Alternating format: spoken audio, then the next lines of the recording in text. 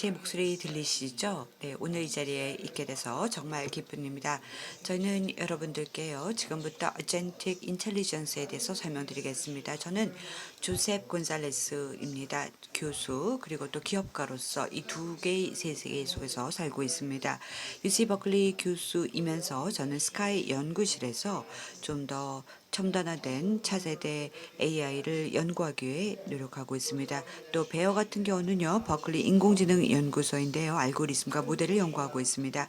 제가 정말 운이 좋았던 것은 익사이팅한 프로젝트가 많이 있는데 제 학생들이 처음으로 챗봇 에어리아 발견을 했고요. 제가 함께 일을 했습니다. 가장 광범위하게 오픈 플랫폼에서 사용되고 있습니다.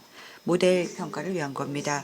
보다 최근 들어서 저희는 툴 유즈를 사용하고 있습니다. 어떻게 하면 좀 더 다양한 툴을 찾아서 API를 어떻게 하면 좀 더 복잡한 일들을 수행할 수 있을까? 그래서 버클릿에서 저희가 처음으로 리드 플랫폼을 사용하게 되었습니다. 그래서 스탠더드 플랫폼으로서 다양한 쪽의 평가를 하고 있습니다.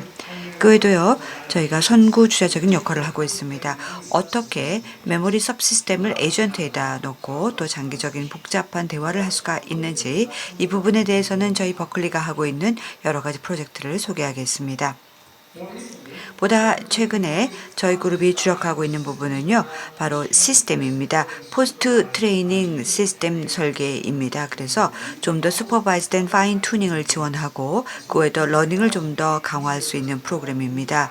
그래서 새로운 종류의 모델, 새로운 역량을 좀 더 개발할 수 있는 기술입니다. 시스템 차원으로서 저희 그룹이 오픈 시스템을 또 개발하고 있습니다. SG랭이나 보다 더 최근에는요, VLM을 개발을 했습니다. 이 프로젝트들은요, 여러 인더스트리에서 다양한 오픈소스 모델 역할을 하고 있습니다. 말씀드렸지만요, 저는요, 현재 기업가이면서 교수이면서 그 외에도 다양한 종류의 에이전트 기술을 개발하고 있습니다. 그러면 일반적으로 제 조언을 해드리도록 하겠습니다. 오픈 비디오 제너레이션 모델 역시 구축하고 있고요. 레다 같은 경우는요, 저희가 NGBT를 좀 더 상업화하고 좀 더 의미 있는 에이전트를 만들기 노력하고 있습니다. 그러면 LLM과 관련된 분야에서 저희 동료들과 함께 협력을 하고 있는데요. AI 프론티어라고 일컫고 있습니다. OR 코드를 갖고 있고 100번째 블로그 지난주에 작성했습니다. 그래서 어떻게 하면은 AI의 교차점에 있어서 프로덕트 디자인하고 또 어떻게 기술을 활용해서 인더스트리에 새로운 프로덕트를 출시할 수 있는지 다루고 있습니다. 그리고 과거 수년 동안 어떠한 일을 해왔는지 또 바탕으로 미래 어떻게 할 수 있는지 연구하고 있습니다. AI 파워 에이전트에 대해서 설명드리겠습니다. 제 입장에서는요, 추론 그리고 도구 활용 이 두 가지가 결합돼서 복잡한 과제를 수행하는 AI 시스템이 바로 에이전트 시스템입니다. LLM의 소프트웨어 시스템과 함께 인터랙션을 하고 또 데이터 기술도 같이 부합됩니다. 그렉 같은 것들이죠. 그래서 렉 같은 것, 그래서 올바른 정보를 찾습니다. 그 외에도요, 컨텍스트 관리를 하고 있습니다. 그리고 또 새로운 모델을 노출하기 위해서 메모리도 관리합니다. 보다 더 최근에 상당히 많은 익사이트먼트들이 생기고 있습니다. 어떻게 이 모든 포스트 트레이닝을 활용을 해서 특별 도메인에서 어떻게 하면은 특정 역할을 조금 역량을 더 부과할 수 있는지 노력하고 있습니다. 오늘 제가 말씀드리고 싶은 것은요, 바로 이 그림에 있는 오른쪽 한번 봐주시기 바랍니다. 어떻게 좀 더 혁신을 도모할 수가 있는지 또 파운데이션 모델을 개발하기 위해 핵심적인 모델 개발을 위해서 여러 가지 노력을 하고 있습니다. 연구 역시 하고 있는데 그러면 세 가지 저희 그룹이 하고 있는 거 설명드려 보겠습니다. 첫 번째는요. 슬립 타임 컴퓨터입니다. 다시 말해서 인터랙션 간에 있어서 메모리 에이전트가 직접 추론도 하고 또 직접 테스트도 해보고 직접 인보케이션도 합니다. 두 번째는 아직 출간도 되지 않았고요. 현재 진행 중이고 몇 주 내로 발간되기를 원하고 있습니다. 먼저 첫째 유저 에이전트입니다. 그래서 휴먼 프레퍼런스를 학습합니다. 디지털 트윈을 만드는 것입니다. 그리고 두 번째는요, 어드바이저리 에이전트입니다. 그래서 블랙박스 모델을 직접 가이딩 해줍니다. 그리고 복잡한 태스크를 직접 해주는 겁니다. 리워드 시그널로부터 하는 겁니다. 그러면 이제 슬립 타임 컴퓨터부터 시작하겠습니다. 저희가 동료들과 함께 공동으로 했습니다. 아마 여러분들께서 들으셨을 텐데 저희 레타라는 곳에서 했습니다. 그리고 여기서 가장 익사이팅 된 것은요, 토큰을 더 쓰면 쓸수록 직접 풍부한 컨텍스트가 생겨서 좀 더 풍부한 질문에 대한 답변을 할 수가 있습니다. 그런데 상당히 비용이 비싸죠. 그리고 또 레이턴스가 있습니다. 질문을 하고 또 답변을 어느 때까지 시간이 걸립니다. 그래서 저희가 어떻게 하면은 좀 더 테스트 타임을 좀 더 혜택을 누릴 수가 있을까, 어떻게 하면 가능할까 고민을 했습니다. 그래서 얻었던 통찰력이 바로 백그라운드 인터피런스라는 아이디어입니다. 그래서 이것을 제가 슬립 타임 컴퓨트라고 일컫고 있습니다. 다시 말해서 직접 인터액션 간에 있어서 추론 연산을 하되 토큰을 활용해서 모델의 성능을 향상하고 수면 시간 컴퓨터 상호작용 이전 그리고 그 사이 연산을 활용하는 메커니즘입니다. 또 요청을 예측하고 유용한 값을 계산하고 여러 지대에 걸쳐서 연산을 분산시켜 전체 비용을 절감하는 겁니다. 간단하게 한번 그림으로 설명드려 보겠습니다. 여러분이 수학 문제를 해결하고 있는데 아마 대부분의 LLM에 하고 있죠. 상당히 많은 컨텍스트가 지문에 있습니다. 뭐 퍼레미터도 있고 저글러가 있고 또 뭐 예를 들어서 저글러가 몇백 개의 공을 저글링 한다라고 할 때 문맥도 생각을 해야 되고 여러 가지 질문을 던지겠죠. 그렇다면 보통적으로 저희가 컨텍스트와 질문을 갖고 그리고 나서 문제를 해결할 때마다 수천 개의 토큰이 필요합니다. 그래서 LLM이 전체 연산을 반복 수행해서 비용과 지형이 크죠. 그런데 슬립타임 쪽에서는요, 질문이 생기기 전에 이미 퀀티티를 활용합니다. 그래서 표준 방식에서 질문마다 LLM이 전체 계산 관적을 반복 수행해야 되는데요. 반면 수면 시간 연산에서는요, 미리 문맥을 학습해서 그리고 나서 필요한 값을 준비하게 됩니다. 그러면 어떤 일이 벌어지는지 하나씩 설명을 들어보겠습니다. 여러분들이 만약에 C라는 문맥을 주었고요. 질이 Q를 주었다고 가정을 해보겠습니다. 문맥 C는 문제 정의, 관련 문서 또는 과거 대화를 포함합니다. 그렇다면은요, 전형적인 테스트 타임 컴퓨터를 보겠습니다.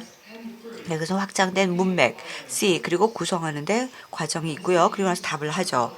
그렇다면은요, 좀 더 효과적으로 답을 할 수가 있습니다.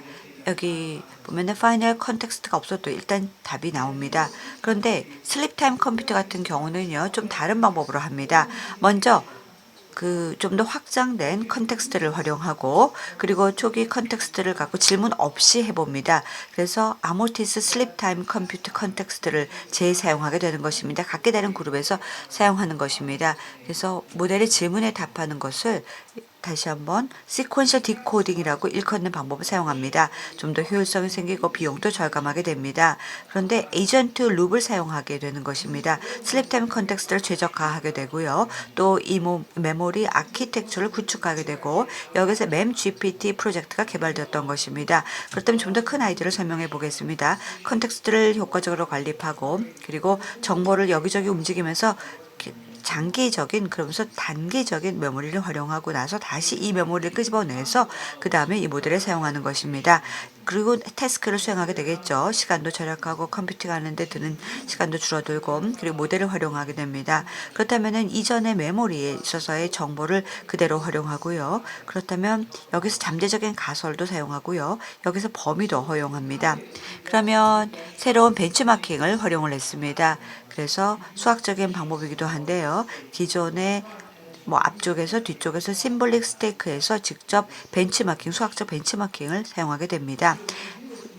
업프런트 쪽에서도 마찬가지로 저희가 스테이트를 사용하게 됩니다. 그러면 프리 프로세싱 전에서 이 모든 것을 할 수 있는 것입니다.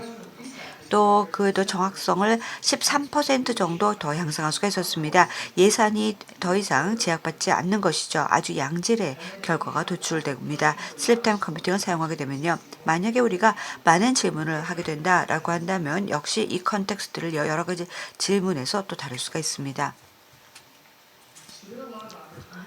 무수히 많은 기회가 생깁니다. 제가 가장 중요한 유저 케이스를 통해서 몇 가지 강조하겠습니다. 먼저 소프트웨어 엔지니어링 차원에서는요. 컨텍스트 C가 전체 레포지토리를 보유하게 됩니다. 그리고 나서 추론을 하게 되죠. 그리고 저희가 슬립 타임을 프로세스하게 된다면은요. 스트럭처를 요약하고 패턴을 파악하게 되고 이슈를 파악하게 되고 그리고 나서 미래의 버그를 다룰 수가 있게 됩니다. 질문 같은 경우에는 더큐멘트 질문 답변도 가능하고요. 컨텍스트 안에 더큐멘트가 들어갑니다. 슬립 타임 컴퓨터를 활용하게 된다면 중요한 팩트와 관계를 파악할 수가 있고요.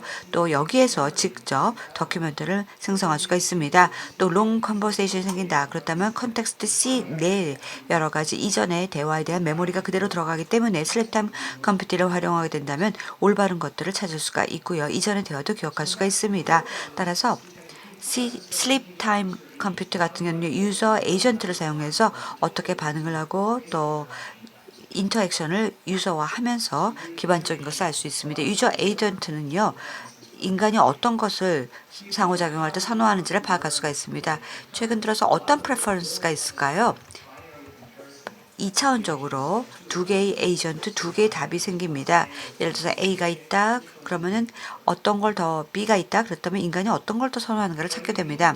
그런데 자연적인 대화를 한번 생각해 보시기 바랍니다. 자연적인 인터랙션 생각할 때 예를 들어서 unstructured된 챗이 있다라고 한다면 2차원적인 비교를 할 수가 없습니다.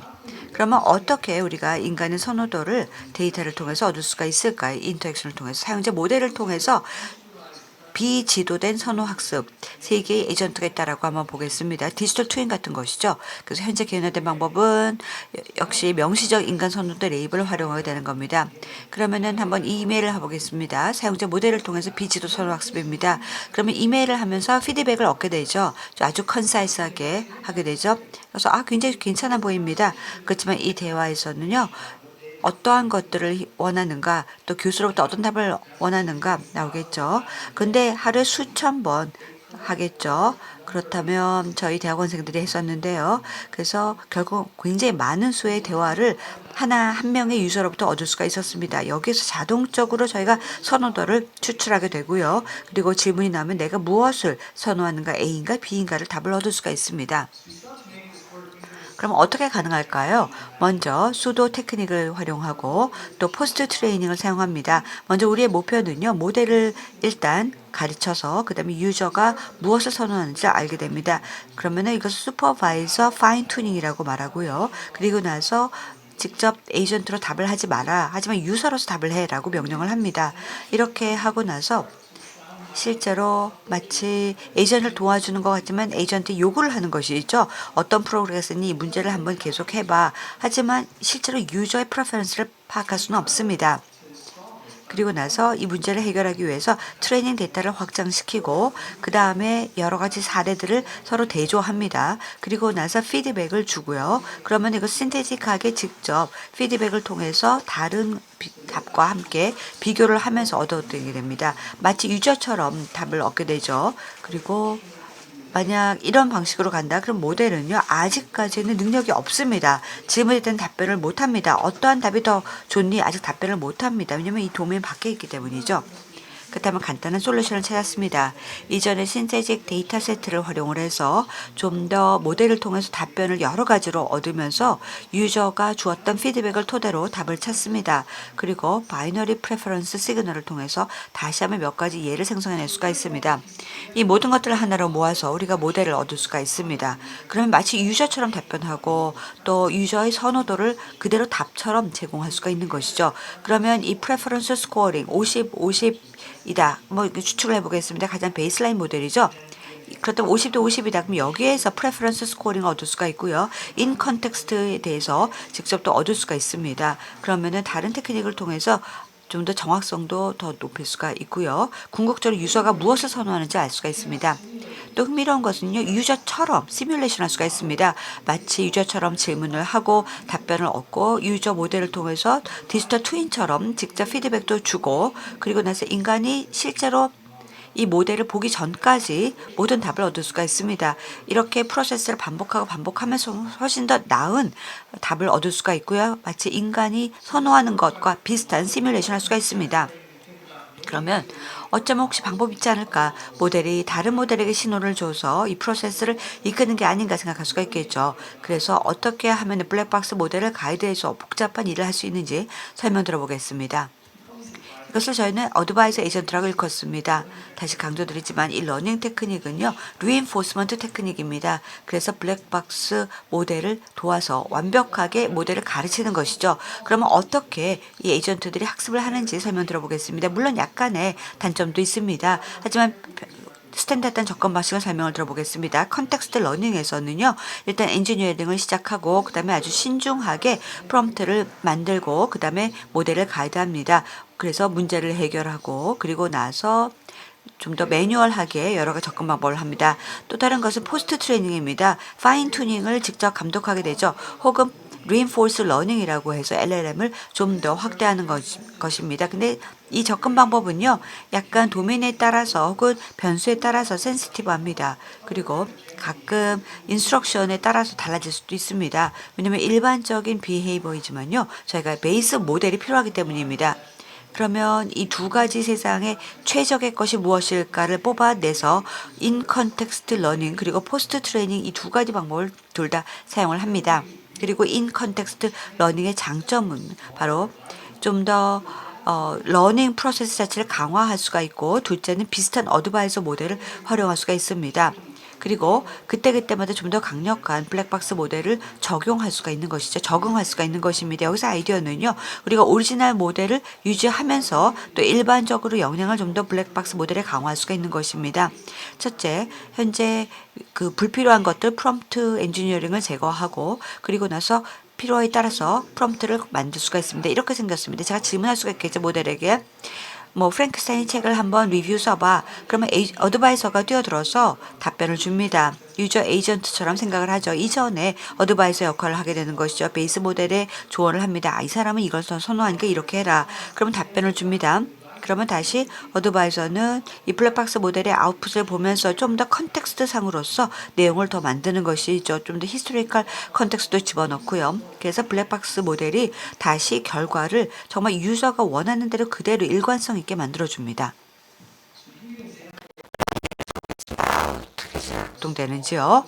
여기 오픈소스 어드바이저 모델입니다. 아주 작은 모델이에요. 하지만 역시 저희 라지 블랙박스 모델을 가이드해 줄 수가 있습니다. 그래서 라지 블랙박스 모델이 다시 답을 생성할 수 있도록 도움을 줍니다. 유저 플랫폼도 역시 펌프도 주고요. 어드바이저 모델이 계속해서 지켜봅니다. 자연적인 피드백이 나옵니다. 이 과정이 끝났다. 그렇다면 최종적인 결과가 유저에게 주거나 혹은 다시 또 비거 에이전트 룹으로서 또 다시 반복적으로 이루어지게 됩니다. 그러면 여기서 리워드가 연산이 되고 또 다시 리워드가 어드바이스 모델을 보내주고, 만약 할 수 없다 그렇다면 다시 블랙박스 모델을 트레이닝 시키게 됩니다. 그래서 계속해서 어드바이서 모델을 계속 이거 해라 저거 해라라고 피드백을 주게 되고, 블랙박스 모델도 계속 피드백을 주게 됩니다. 그러면은 여기 보시겠지만 어드바이서 모델이 결국은 블랙박스 모델을 계속 가이드해 주게 됩니다. 그러면 일반적인 이 블랙박스 모델의 역량을 계속해서 유지하게 됩니다. 포스트 트레이닝 방법이죠. 어떻게 모델이 행동하느냐 혹은 아웃 오브 도메인일 때 어떻게 이 타스크를 수행하느냐에 따라서 또 달라집니다. 초기 결과를 봤는데요. 한번 비교를 해보겠습니다. 개포라고요. 제파 혹은 개파라고 저희 버클리에서 개발한 또 다른 테크닉입니다.